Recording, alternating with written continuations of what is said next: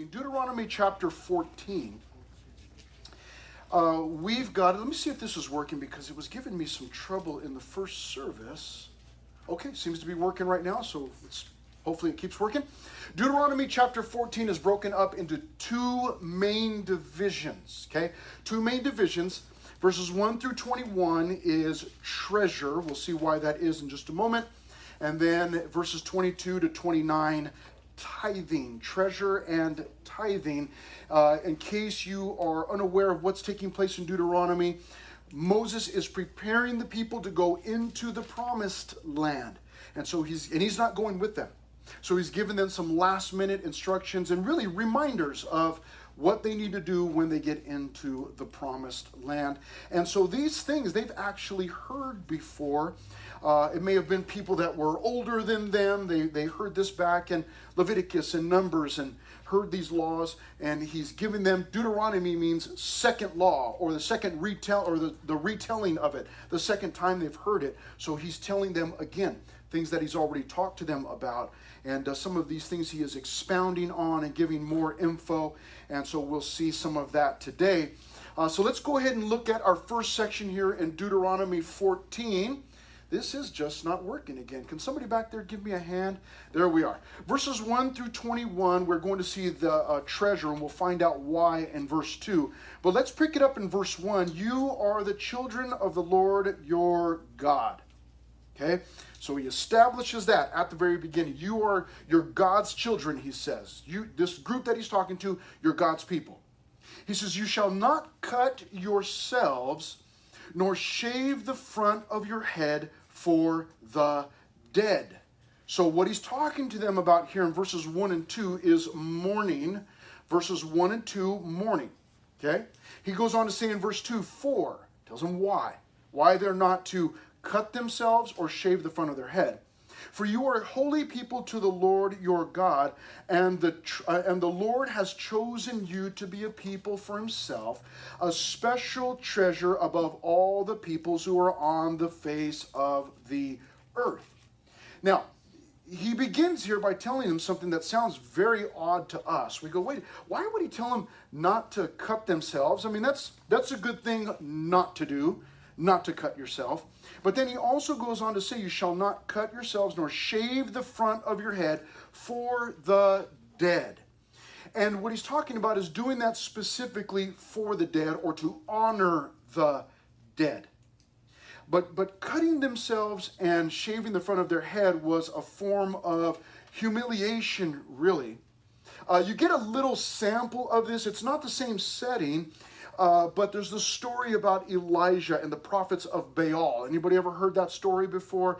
Incredible story where they're having this sort of competition. But in the process of the prophets of Baal calling on their God, they get so worked up into a frenzy that they actually begin to cut themselves to try and get the attention of their God to answer their prayer. And it's quite an incredible story. If you get a chance to read it, you should read that. But he tells them here not to do it for the dead. So don't do these things for the dead. Now, what is it exactly that they would do? Again, they would cut themselves or shave the front of their head, humiliating themselves. It was a form of humiliation, self-humiliation. And they would do these things in order to honor the dead, in order to get the attention of their God, obviously. Okay? But he tells them why they're not to do this in verse 2. For you are a holy people to the Lord your God. Now he started out in verse 1 by telling them you are the children of the Lord your God. Now he tells them you're not to do this or mourn this way. Was it okay for them to mourn? Yes, it was okay for them to mourn the dead. It's not, we don't have to try and hide our feelings when somebody that we love dies, but how we go about that, God is concerned with. And here in verse 2, you are a holy people to the Lord your God. Holy meaning sanctified. You've been set apart for God's use. Okay? Now, here's what's going on. They are going into the land of Canaan. In the land of Canaan, there is idolatry taking place there. We've talked about this quite a bit as we've gone through Deuteronomy. And in the land of Canaan, there were people there, families, dads, wives, husbands, moms, all of them living there. But when they were involved in their idolatry, what came along with that idolatry was very, very sinful. I mean, besides it being idolatry, the practices that they were engaged in as part of that idolatry was very, very sinful, very dishonoring to the Lord. And so God is trying to get them to understand or have the mindset, you are the children of God, you are holy people to the Lord. In other words, you're different, you're separate, you're set apart for God's use. Now, he tells them in verse 1 that they are not to do these things, not to cut themselves, not to shave their head. I am in just a moment, I'm prepping you. Because in just a moment, I'm going to show you a picture. It's quite a gruesome picture. By gruesome, there's not any blood in there, but there is an individual with something stuck through the side of his mouth, through his cheek. Okay? So if you're kind of like, you know what, I don't like that kind of stuff, this is not some Halloween ploy or something like that. I'm going to explain to you what it is after I show you the picture. But if you don't like that kind of stuff, then I would suggest that you just look down at your Bible when we put the picture up. And that way, you don't, that's not, some of us have trouble, images get stuck in our minds. And we hang on to those, and you might be trying to go to bed tonight and you're like staring at the ceiling going, oh, I can't forget that picture. Probably most of you are going, I can't wait to see the picture. But also, if you're not supposed to be looking at gory stuff or whatever, don't look at it and then go tell your parents on me. Like, you know what he showed us? Because, then I'll get phone calls and emails again. Okay? All right, so we're going to show the picture. So if you just want to look down at your Bible for a moment, you can do that. I don't know if this is working. There it is. Okay? So he's literally got a tricycle handle going through his cheek. 9 Emperor Gods Festival. Okay? Let me just go ahead and click through here. Okay, we're going to leave it there. So you're safe. You can look again. Let me read to you what exactly is going on in that picture. Masong. The guy is considered a Masong at the Thai Vegetarian Festival, also known as the 9 Emperor Gods Festival in Phuket, Thailand. The festival is a 9-day celebration that occurs on the eve of the 9th month of the Chinese lunar calendar. The festival is celebrated throughout Thailand by people both with and without Chinese ancestry, with the largest celebrations taking place in Phuket. In accordance with the traditions, many religious mediums, we've read about mediums in our Old Testament study as we've been going through. What is a medium? A medium is someone that is a medium or a bridge between the spirit world and the physical world. Okay? Now, Jesus was obviously, there was one mediator between God and man, the man Christ Jesus. So we know that Jesus was the bridge between God and us.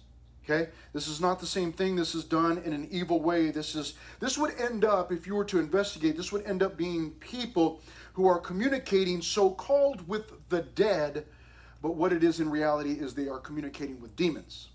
Okay? Listen to the description. In accordance with the traditions, many religious mediums will conduct ritualized mutilation, that's what that was, while under a trance-like state. The purpose of this practice is a mixture of veneration for their gods and ancestors. What did we just read? Do not cut yourself or shave the front of your head for the dead, for your ancestors. Okay? Veneration of their gods and ancestors to display their devotion to their beliefs and the trance itself, which has a profound impact upon demeanor for days or weeks after. frequently with devotees. That's what he was considered. He was devoted, a devotee, appearing exceptionally calm and focused in their day-to-day activities after the festival is completed. According to an early 19th century interpretation of Chinese Taoism by a local community of Chinese immigrant miners, the 9 emperor gods, okay, the name of that festival is 9 emperor gods. What is the deal with these 9 emperor gods? The 9 emperor gods, according to tradition, listen, this is what happens. The 9 emperor gods descend from poles located in the shrine's yards and incarnate. That means they put on flesh, incarnate, okay? And incarnate by using the bodies of the participants, the picture that we just saw, as shells for walking on earth. So supposedly these 9 emperor gods descend from these poles that are inside the shrine's yard area, and they come and they go into the people that are there waiting for them, and they take over the people's bodies and live out, walk on the earth through these people. Okay? Now, I probably a lot of you are following, you understand, but in case you do not understand, we would consider that to be demonic possession. Okay? It's not 9 emperor gods, it's not, there are no other gods, there's one God. Okay?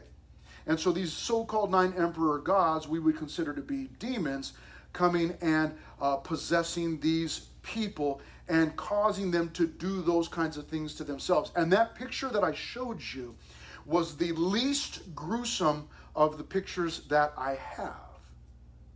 There were other men with other objects, and it is quite terrible.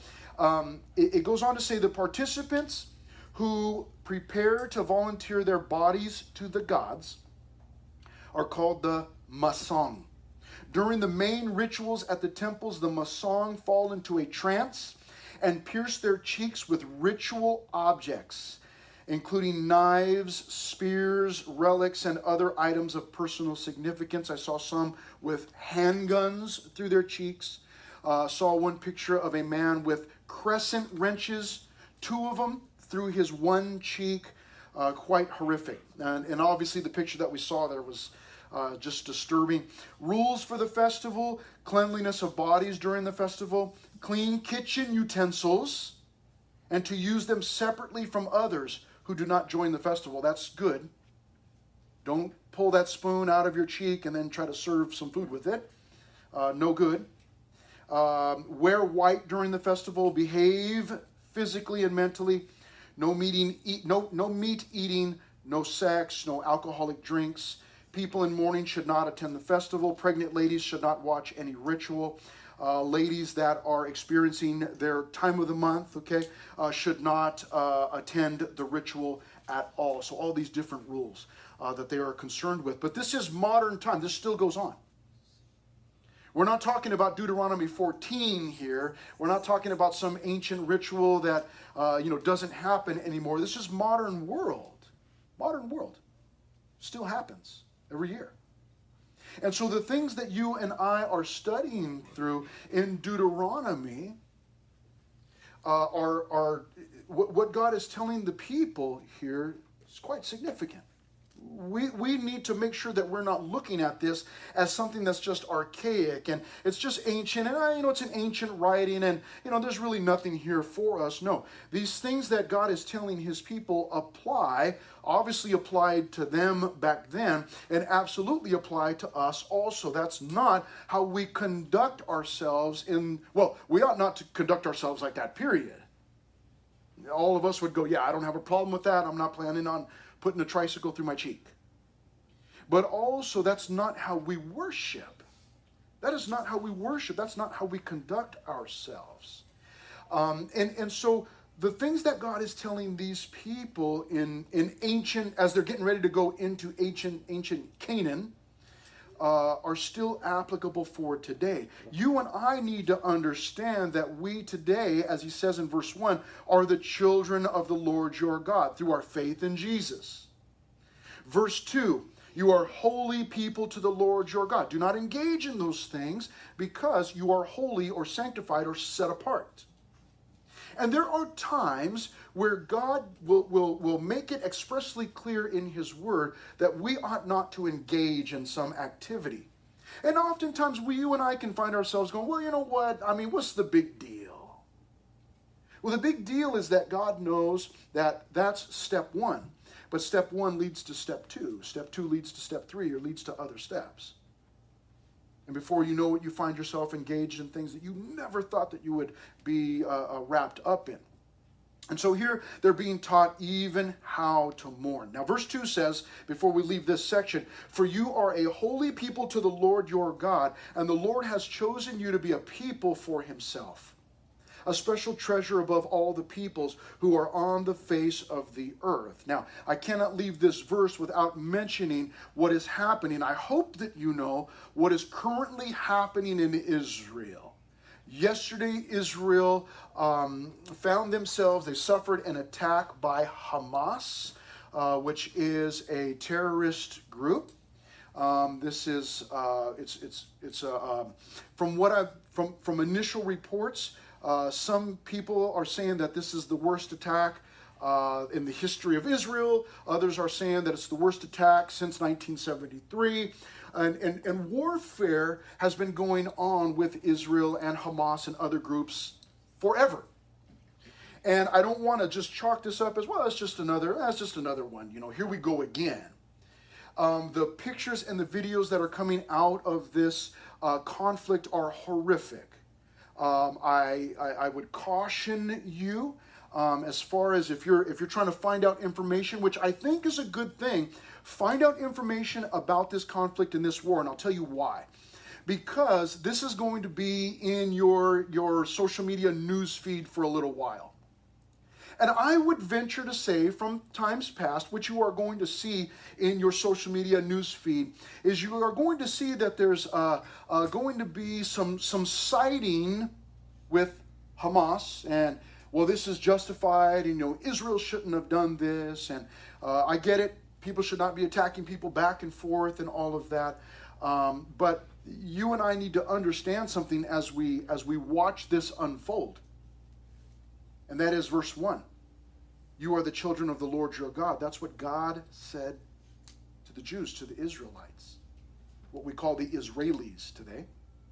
Verse 2, for you are a holy people to the Lord your God. They are his people. And in verse 2, he says a special treasure. That's where that title came from. A special treasure above all the peoples who are on the face of the earth. Now, what does that mean? Does that mean that God loves the Jews more than he loves anybody else? Well, we know that God loves everybody, right? John 3:16, we're all familiar with that. For God so loved the world. So we get that. We understand that. But the fact is, the truth is, you and I cannot deny it because we've been told from time to time as we've been studying the Bible, and that is that the Jews certainly receive special attention from God. There's no doubt about that.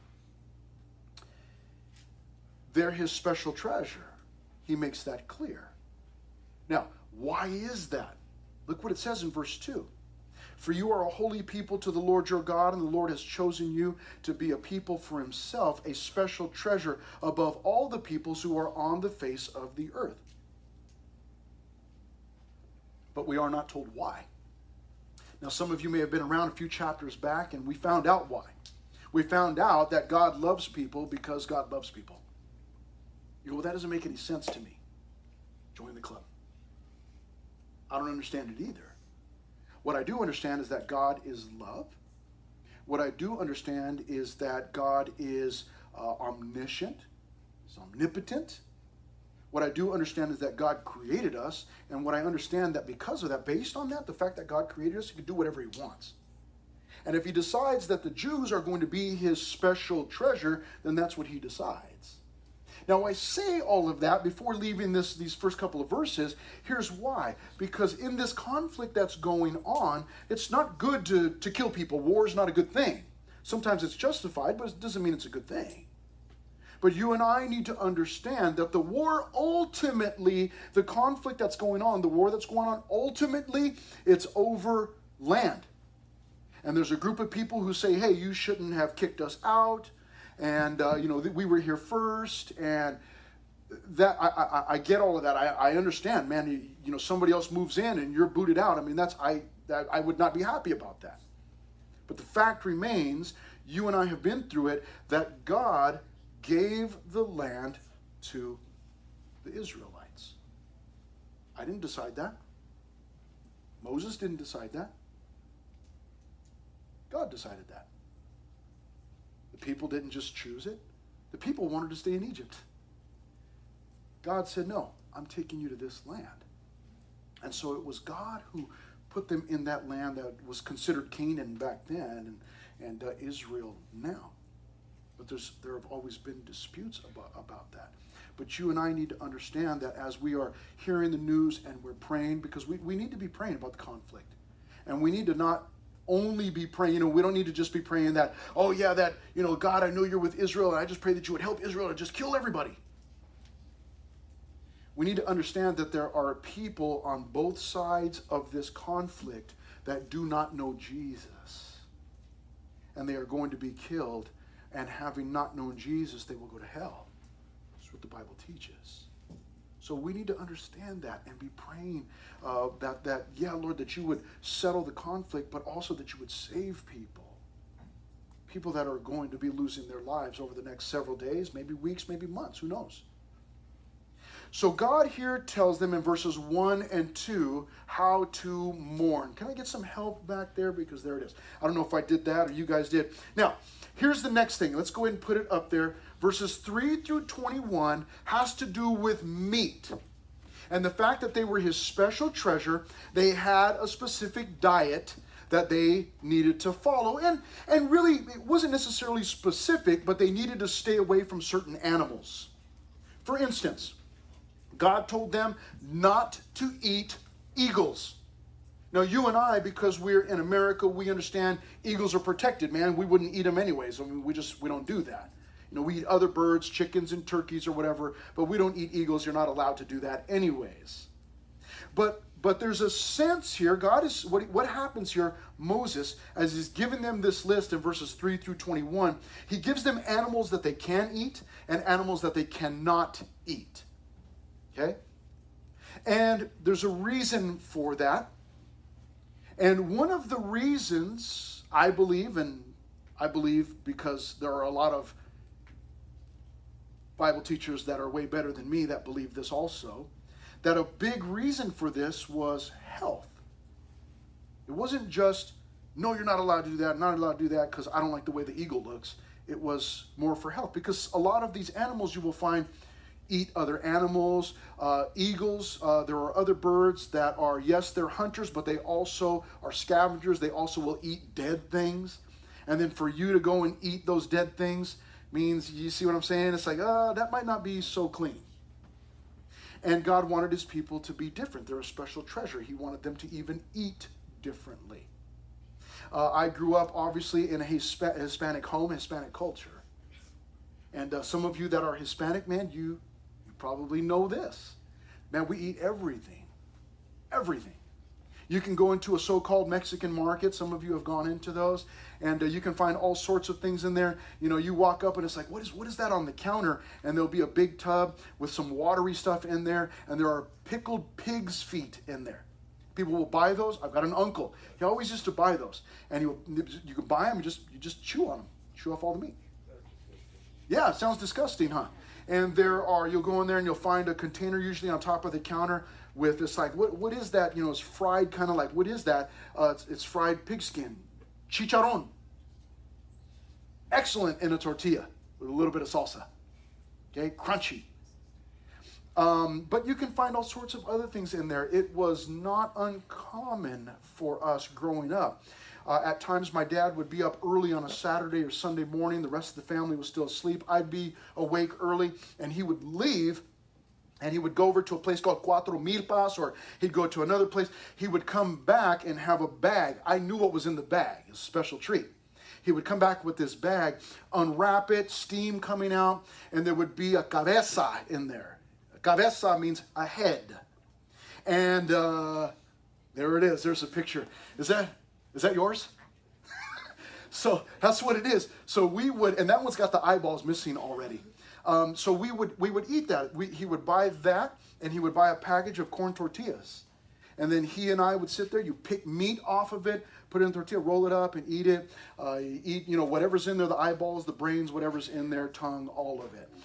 You can still, I don't know, I'm assuming you live in Southern California, so you know this, but you might not know this. You can go to a Mexican restaurant, and you can get tacos or burritos de lengua, yes. Beef tongue. Yes. Or you can get, again, cabeza. You can get burritos with brain in it or whatever. We eat chorizo, and chorizo, they'll tell you, oh, chorizo, that's just the intestines or whatever ground up into like this hamburger meat looking thing. But they throw everything in there. Whatever they're not using, so they got lips, they got whatever, they just throw whatever the animal, if it's pork chorizo, they make beef chorizo also, but they just throw everything in there. And, I grew up eating all that stuff. And then years later, for some reason, my doctor told me I had high cholesterol. What a surprise, eating all that. Point being this, that just because you can doesn't mean you should. Just because you can eat some of these animals doesn't mean you should. So God is giving them a list, and again, it's Moses, but this is handed down from God. Things that they could eat, things that they were not supposed to eat. Okay, we're not going to read through that list, but let's go down to verse 22 where we look at tithing, an important part of the Jewish life back then, and certainly an important part for us. And it says in verse 22, you shall truly tithe all the increase of your grain that the field produces year by year. So whatever they were growing, the grain that they were growing, they needed to take the first portion of that and give that to the Lord. And you shall eat before the Lord your God in the place where he chooses to make his name abide. What is he telling them here? He's saying, listen, you're going to take your grain. And there were different kinds of offerings that they would give to the Lord. But they would take this grain, they would take it over to the tabernacle, they would dedicate it to the Lord. It would get cooked, and then they could actually eat it, partake of it. And that was part of their sacrifice. He's saying, but when you do that, you need to do that in the place that the Lord has chosen, in the tabernacle, the one spot, the one place for sacrificing to the Lord. Don't do that in your home. He didn't want them to do it in their home and then start coming up with their own things. You know how that goes, right? They just kind of like, oh, yeah, we don't need to. During COVID, I explained this, I think, a week or two ago. We were getting together on Instagram Live on Wednesday nights. And one Wednesday night, we broke up into small groups and we were on, we weren't on Instagram. What was that other thing that everybody was doing where you would have like online meetings and stuff? What? Zoom, right? Everybody's doing Zoom? Zoom, that's what it's called, yeah, Zoom. And we were on Zoom. I remember we were having communion through Zoom. It's like, we're going to do the best that we can here. And some of the guys, you know how the guys are. It's like, hey, we're having communion. I had been announcing it. Oh, that's right. Oh, yeah, give me a minute. I'll be right back, And you had guys going, and, they come back and say, oh, all I could find was a soda and, this half a hot dog or whatever. And it's like, but that's what happens. Everybody's off doing their own thing. They just start coming up with their own plan. God says, no, if you're going to do this, this is what I want you to do. And you're going to come to one central place. We're going to do it right. Verse 24, he gives them some instructions as it concerns the problem of distance. Because God had one central place for that sacrifice. But God also understood. There were people back then that were, what we call lame. I don't mean in a bad way, like today we'd go, oh, that's so lame. I mean, like people whose bodies maybe were paralyzed. They were not able to use certain parts of their body. And they couldn't just hop up on the back of a donkey and travel 50 miles to go to the tabernacle. God understood that. And he says that there's a problem of distance. He says, listen, then he makes a way for them to be able to sacrifice. Verse 24, but if the journey is too long for you, so that you are not able to carry the tithe, or if the place where the Lord your God chooses to put his name is too far from you, imagine an old a man or lady. And, maybe they're very old and weak and they're just not able to travel that far. Or maybe somebody's really poor and they do not have the money. He'll talk about providing for the needy, but maybe they do not have the money to travel that far. Takes money. But he goes on to say in verse 24, or if the place where the Lord your God chooses to put his name is too far from you when the Lord your God has blessed you, then you shall exchange it for money. Take the money in your hand and go to the place which the Lord your God chooses. So maybe there's just this problem of distance and taking an animal with you and or the grain and all those different things.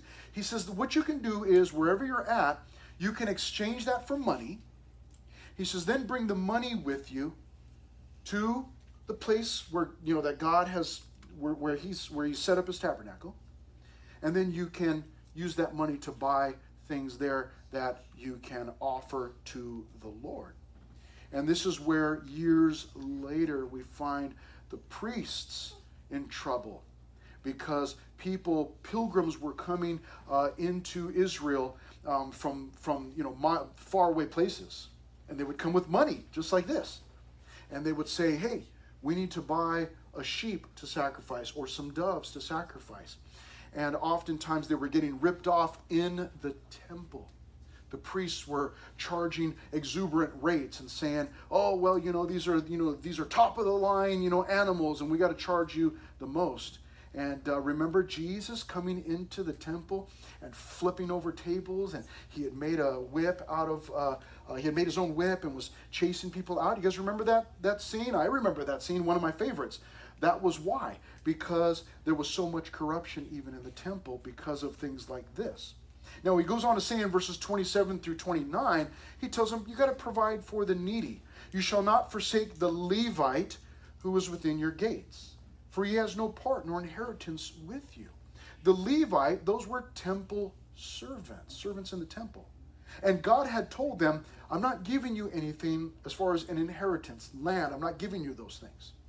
He told the Levites, instead, what I'm going to give you is myself, God said. Pretty incredible. You're going to have a special relationship with me, but in exchange for that, you won't have a lot of earthly goods. So the people needed to make sure that they were taking care of the needy, and that even meant the Levites.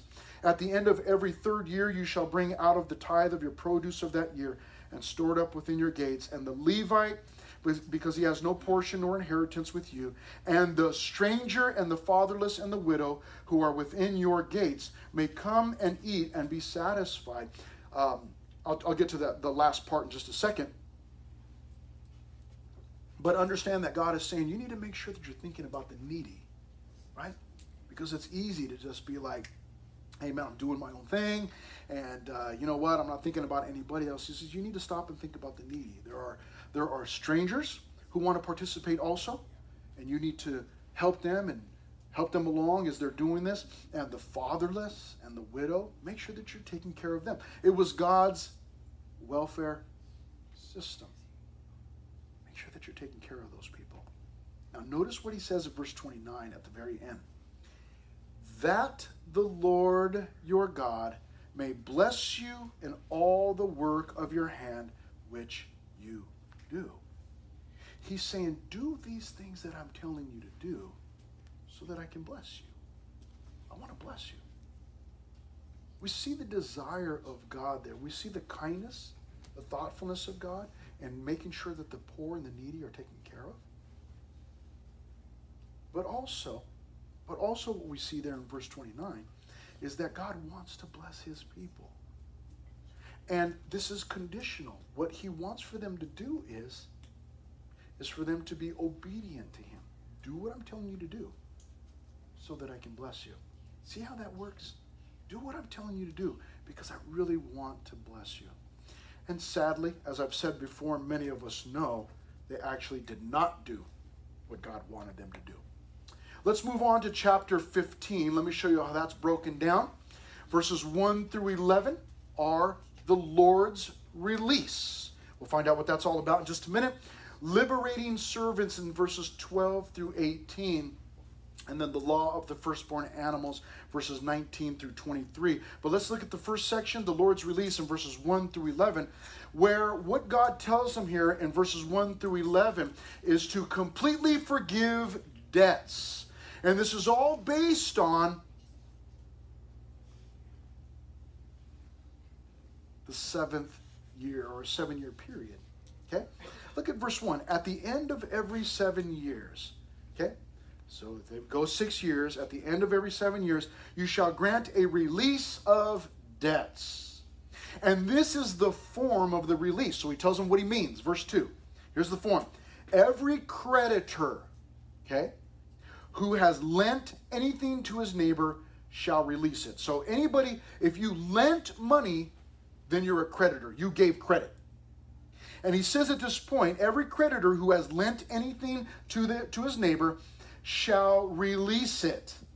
He shall not require it of his neighbor or his brother, because it is called the Lord's release. There it is. See how original I am in my titles? It is called the Lord's release.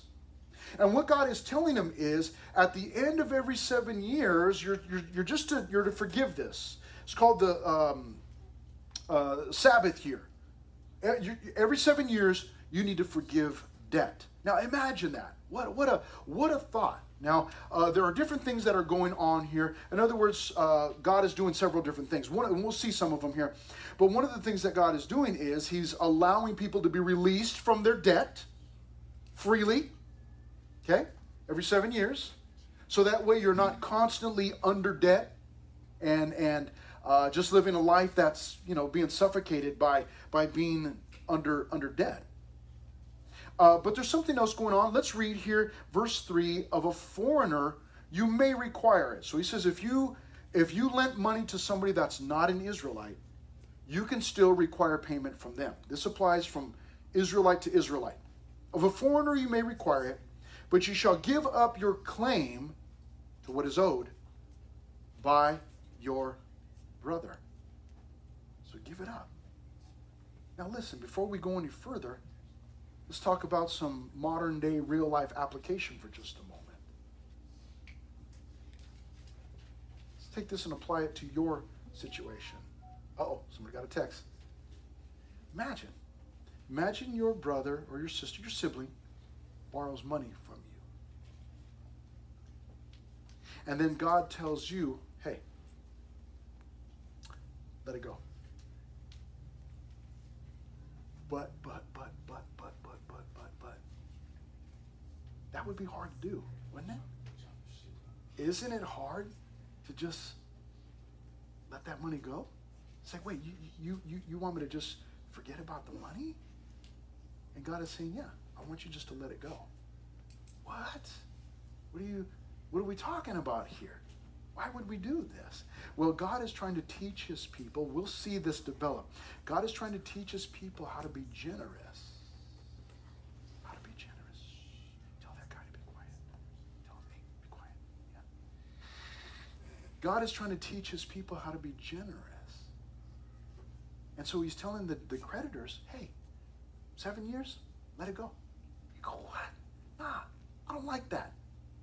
Now, you'll like it. You'll like it by the time we get to the end of the chapter. You'll like it. But here he's trying to teach them, be generous. Let it go. Verse 4, except when there may be no poor among you. That's a little indicator for you and I. What God was doing was he was actually trying to prevent people from being poor all of their lives. He was trying to help the poor. That's one of the things that he was doing there. He says, except when there may be no poor among you. For the Lord will... Now listen, verses 4 and 5, I'm going to read it together. Except when there may be no poor among you, for the Lord will greatly bless you in the land which the Lord your God is giving you to possess as an inheritance, only if you carefully obey the voice of the Lord your God to observe with care all these commandments which I command you today. So what God told them in verse 4 is there's a possibility of there being no poor people in your country. And you go, man, that sounds pretty incredible, right? However, that was based on, verse 4, their obedience or disobedience to what God was saying. If they obeyed God and did what he told them to do, there wouldn't be any poor people in the land. However, if they do not do, which we all know they did not do, then there were going to be poor. Now, verse 6 says, "For the Lord your God will bless you. Just as he promised you, you shall lend to many nations," so they'll have an abundance of money, "but you shall not borrow. You wouldn't have any need of money. You shall reign over many nations, but they shall not reign over you." Now that's based on if the people obey God. Now, beginning in verses 7 through 11, he tells them to care for the poor. This is the other thing that he was teaching them through this forgiving of debt. I love this section, verse 7. "If there is among you a poor man of your brethren, within any of the gates in your land, which the Lord your God is giving you, you shall not harden your heart, nor shut your hand from your poor brother." Let me simplify it for you. Don't be stingy. Don't be stingy. And don't be stingy with your brother or your sister who wants to borrow something. I've even seen people, man, I know none of you would do this. I know none of you would do this. But I've even seen students tell their parents, "You owe me $10. Remember that $10 you borrowed from me 2 weeks ago to put gas in the car, to take me to the mall? You owe me." I did that with one for a long time. Guilty of that. Yeah, but not anymore, right? No way, man. No way. No, because like it was whenever my brothers would go to winter camp or summer camp. Yes. Because I didn't go, Mom would just like say she owes me $20. She'd pay you for not going to camp. Yep. Wow. Because like, she was supposed to pay me supply for camp, but because I didn't go, she would just. Okay. But yeah, I've seen people do that. Like, "Oh man, hey, Mom, Dad, no, I ain't got $5. You still owe me $10 from the last time you borrowed money." And what God is saying is, nah, hey, let go. Be generous. Care for the poor, even if the poor is your dad. Sometimes you got the cash right there, like out trying to buy something. Like, "Oh man, I got any cash? I got nothing." Strange, the strangest thing. I rarely have cash. Use my card a lot, or Apple Pay now, right? Beep. It's the strangest thing though. When I have cash, man, I can hide that so deep in my pocket, man. My family knows it's there. They're like, "Hey, you got $5?" I'm looking at them like, "How did you know?" I was hiding that. Like, "How did you know?" But I don't know. They smell it or something. I don't know. How do you guys do? You guys probably do the same thing to your parents. Like, "Hey, you got $5? Can you please buy me this or whatever?" And your parents try to like, "Oh, I don't have any cash." "No, yes you do. It's in your right pocket. It's way down there, and you're like, "Oh, okay." But what God is saying is, hey, be generous. Don't harden your heart nor shut your hand from your poor brother. Look at this in verse 8. "But you shall open your hand wide to him and willingly lend him sufficient for his need, whatever he needs." Let me give you a biblical principle here before we move any further. As far as giving money to people, verse 8. We have an opportunity and oftentimes the responsibility to help someone with their needs. Not their greeds. Their needs, not their greeds. In beautiful San Bernardino, we have lots of homeless. And people there, you get out at the store, they're going to hit you up for, "Hey, you got any cash?" You get out at the gas station, "Hey, you got a little bit of cash?"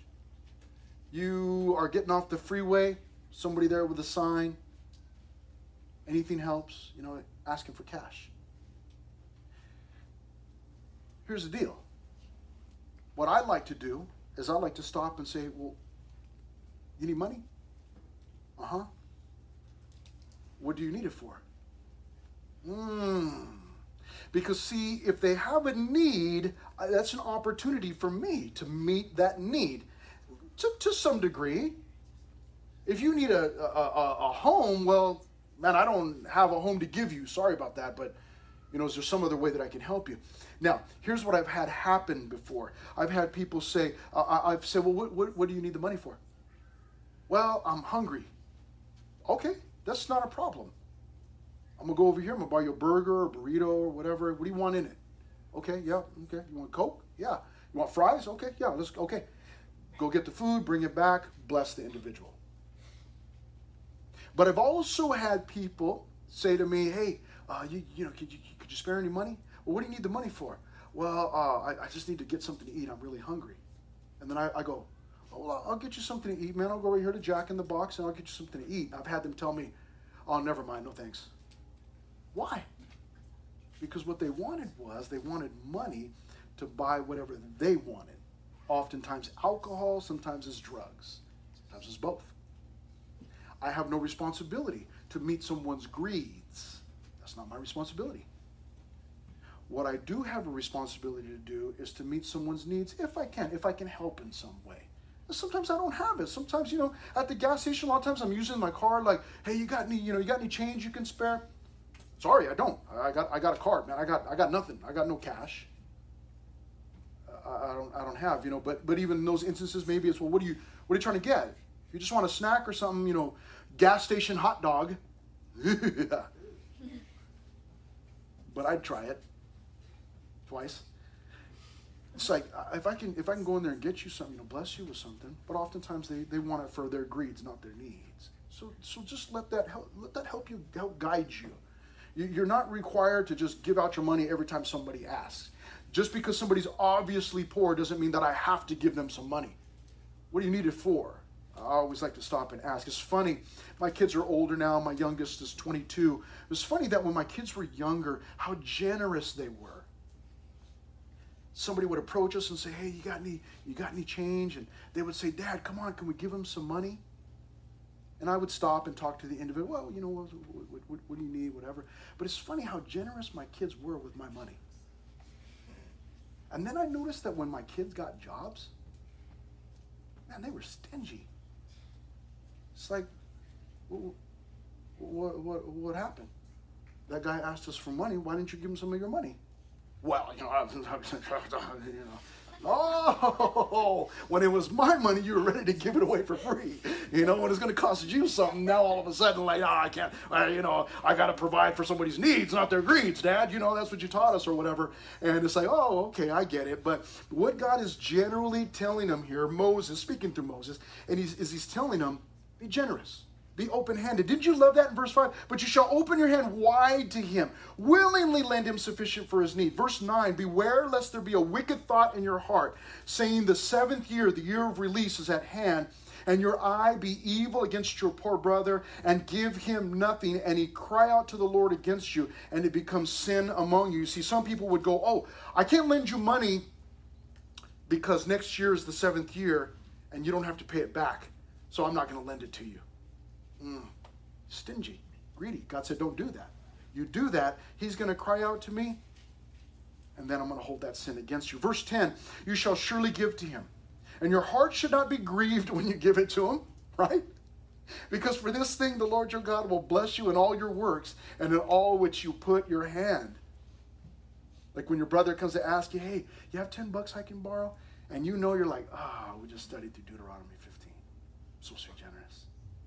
Fine. And you go, unlock your piggy bank or whatever, and you get, $10 out, and you crumble it up, and you give it to them all in pennies, because I don't really want to give it to you, but here, take all my $10 worth of pennies, all mad about it. No, bless them. It's an opportunity. It's an opportunity to hook them up. Verse 11. Oh, I'm sorry. Yeah, he was just telling them, don't go, oh, well, the Sabbath year is coming up. You won't have to pay it back. Nah, I'm not lending you. He says, give it. Give it freely. Where does it come from? It comes from the Lord. The Lord puts it in your hand, just give it away. Easy. That's what they call, that's easy money. Go ahead. The Lord gave it to me. I'm just giving you what God gave me. Verse 11, for the poor will never cease from the land. Wait a minute, I thought there weren't going to be any poor. Well, that's only if they obeyed. And they were not going to obey. So they were going to be poor. Therefore I command you, saying, you shall open your hand wide to your brother, to your poor and needy in your land. And then beginning at verse 12, we have the liberating of the servants. And he tells them here in verse 12, number 1, you want to set them free. Verse 12, set them free. 7th year. And then in the 7th year, you shall let them go free. And then in verses 13, 14, and 15, I love this. Supply them liberally. And when you send him away free from you, you shall not let him go away empty-handed. Wait, I'm letting my servant go, and I have to give them stuff. Verse 14, you shall supply him liberally. See that? Be a liberal when it comes to giving things away, blessing people. You shall supply him liberally from your flock, from your threshing floor, and from your winepress. Supply him. From what the Lord your God has blessed you with, you shall give to him. See, when I look at my things as things that belong to me, I earn these things from, blood, sweat, and tears, babysitting those little brats, I earn this money. This doesn't belong to anybody. Then it's hard to let that go. I grip it tight, like Ebenezer Scrooge, man. But when I go, hey, the Lord blessed me with the ability to mow a lawn or to babysit or to take someone's trash cans out, and you earn a little bit of money from that. The Lord gave you the ability to do that. So he's putting the money in your hand. There you go. Give it away. Verse 15, you shall remember that you were a slave in the land of Egypt, and the Lord your God redeemed you. Therefore, I command you this thing today. So be generous. Remember what it was that God did for you. And then finally, servants by choice. In this section, servants by choice. This is deals with people who in the 7th year, they were being released from their servanthood. And they go, hey, master, I really like you. I want to keep on. I want to be your servant for the rest of my life. That was allowed. And what he tells them in there, he goes, what you're going to do is, you're going to take that individual, man or woman, you take them to the doorpost, okay? The doorpost is what the door's hanging on, okay? And you take them there, you put their ear against the wood, you take a pointy object called an awl, A-W-L, and I've got one at home. It's just kind of small like this, real pointy, and it's made so you can hit it with a hammer on the end, and it pokes a hole in whatever you're poking a hole in. And he says, take the individual, put their ear against there, poke a hole through it, and put a ring in it. Yeah, ear piercing. And then by that, that would be an indicator. You ever heard of the phrase or the word earmark? Like it's earmarked for something, it's set apart. Well, that's already earmarked, to go to, this other country or whatever. That's where it came from. You would put that in there to indicate that you were a bondservant, or you had chosen to stay someone's servant for the rest of your life. You love them, you like working for them, and I want to stay, and you could do that. But you had to have a ring in your ear. Incredible, huh? For the guys, don't go home and tell your parents I said it was okay to pierce your ears. Okay? It's not what he's saying. Okay? That was for a specific purpose. And so that he's given them instructions there. Verse 18, it shall not seem hard to you when you send him away free from you, for he has been worth a double hired servant in serving you 6 years.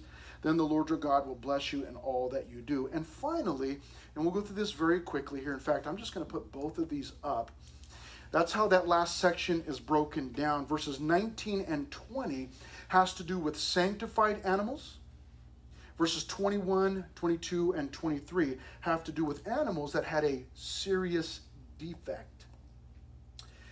The sanctified animals were animals. It's the law of the firstborn is these are animals that would be dedicated to the Lord and dedicated through sacrifice. So you would take the firstborn from your sheep or your goats or your cattle, and you would give that to the Lord. Now, not many of us understand this. Some of you might still be farmers. You understand that for your cow to birth a calf, that's a huge deal. And you try to protect that calf with, to the best of your ability. I mean, even if you don't have cows, you've probably seen Dr. Pol. And that farmers, man, that's their investment. And so you would then be responsible for taking that animal and dedicating it to the Lord in a sacrifice. Oh, this is a big deal. He says, that's what you need to do. He said, don't worry. I know I'm taking your first animals. I'll give you more, but I want your first. I want to see your dedication. The serious defect part has to do with animals that were the firstborn, but they came out with some sort of defect. One of their legs is lame and not working, or whatever. It had to be, and he does mention a serious defect in verse 21, as if it's lame or blind or has any serious defect. Here's why he had to say that. Because some people would have their first calf, and maybe it's a beautiful brown calf. But then, oh, there's a little white spot on it. I guess we can't give it to the Lord. It has a defect. That's not what he meant. Okay? He meant if it has a serious defect, the animal is not in proper working order. What he tells them in verses 21, 22, and 23, he says, don't give those to the Lord. He says, those you can actually eat on your own if you want, but don't give those to the Lord. We want to bring those without blemish to the Lord. Now, does anybody know, as we finish up, why we want to give animals, or why they were required to sacrifice animals without blemish? Anybody know? Anybody got any wild ideas, crazy ideas? What do you think? To cleanse them from their sin. To what? Cleanse them from their sin. Okay, so to cleanse them from their sin, yes, they had to. It was required that those animals would not have any blemishes, as Hope said. Anybody else? Why was it so important that the animals not have a blemish? I mean, if they're just going to sacrifice them, what's the big deal? Joaquin, what do you think? Because if they're blind or deformed, that's like showing that they're now like perfect animals, and so by sacrificing a non-perfect animal, it's kind of offensive against God. Because what? Because it's kind of like if you like sacrifice like an imperfect animal, then that's kind of offensive against God. Okay, so you want to give them your best, right? You want to give them your best. Yeah, good. Yeah. Okay. Here's the ultimate reason. God was conditioning his people for what? To be on the lookout for the perfect, spotless lamb. Who was that? Jesus. Right? Mind blown. So God, even back in Deuteronomy 15, was conditioning his people to be on the lookout for Messiah, the perfect, spotless lamb, the sacrificial lamb. So that's why that was going on. And what does the Bible tell us? The Bible tells us that Jesus, being that perfect, spotless lamb, lived a sinless life, died on a cross when he was about 33 years old. And what did he do? For God so loved the world that he gave his only begotten Son, that whosoever would believe in him should not perish but have everlasting life. 17, what does it say? For God did not send his Son into the world to condemn the world, but that the world through him might be saved. God offered his Son. How did he offer him? Freely. Remember the debt section that we just went through? Forgive the debt. And we go, man, I don't like that. I told you, you'll love it. Here's why. Because God gave his Son freely, and Jesus came down and offered himself freely to pay for that debt, to wipe the debt out. What an incredible picture. Deuteronomy 15. Listen, if you have not surrendered your heart to God through Jesus, then that means you're still carrying all that debt, all of that sin. The spotless, perfect lamb has already been offered. Now it's a matter of you, by faith, going, you know what? No, I need to have my sins forgiven. I need God. I need Jesus to forgive me of my sins. His death was enough. I need to be freed from that. And you can walk out of here without that debt. Forgiven. Just like he was talking about in the Sabbath year. Forgiven. Freely. Wiped out. Done. Boom. Just like that. That's what the Bible teaches. Father, thank you so much for today.